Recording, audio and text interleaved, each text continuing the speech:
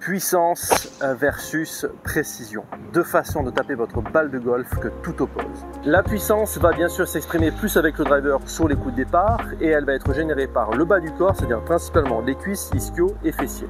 Ils vont m'aider à pouvoir transférer, tourner et propulser davantage. Pour ça, j'ai besoin de changer un tout petit peu ma position au départ où je vais avoir les pieds un petit peu plus larges que la largeur des épaules et ensuite je vais créer un peu plus d'angle au niveau des hanches comme si je démarrais le mouvement d'un squat. Évidemment, la base de la puissance, c'est le mouvement.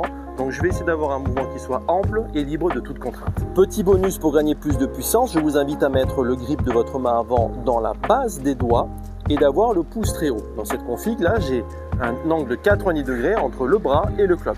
De cette façon, je vais pouvoir générer un maximum de levier et forcément générer plus de puissance. Par opposition, la précision va plutôt s'exprimer sur des coups à distance réduite, par exemple des approches en dessous de 30 mètres, où là c'est plutôt le haut du corps qui va gérer le mouvement. Le bas du corps lui va rester plutôt passif, non pas immobile mais juste passif, ce qui veut dire que c'est vraiment le haut du corps qui va dominer le mouvement et en particulier les obliques que vous avez donc sur le côté et qui sont les principaux responsables de ce mouvement de rotation. Pour ça, on va donc modifier un tout petit peu la posture.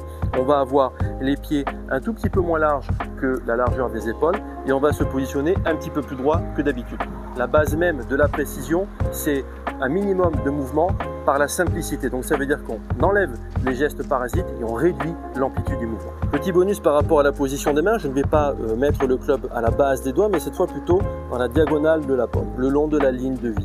Le but, c'est pas de lire l'avenir dans la paume de la main, mais tout simplement d'avoir un club qui soit dans une position qui va me permettre moins de liberté. Ici, j'ai le poignet qui est un peu plus verrouillé et donc créer un geste plus compact, plus connecté et plus simple. Comme d'habitude, précipitez-vous sur le practice et le parcours pour essayer ça et surtout faites-le avec tous les clubs. Vous serez surpris de voir à quel point ça peut être bénéfique et vous allez certainement rajouter des cordes à votre arc.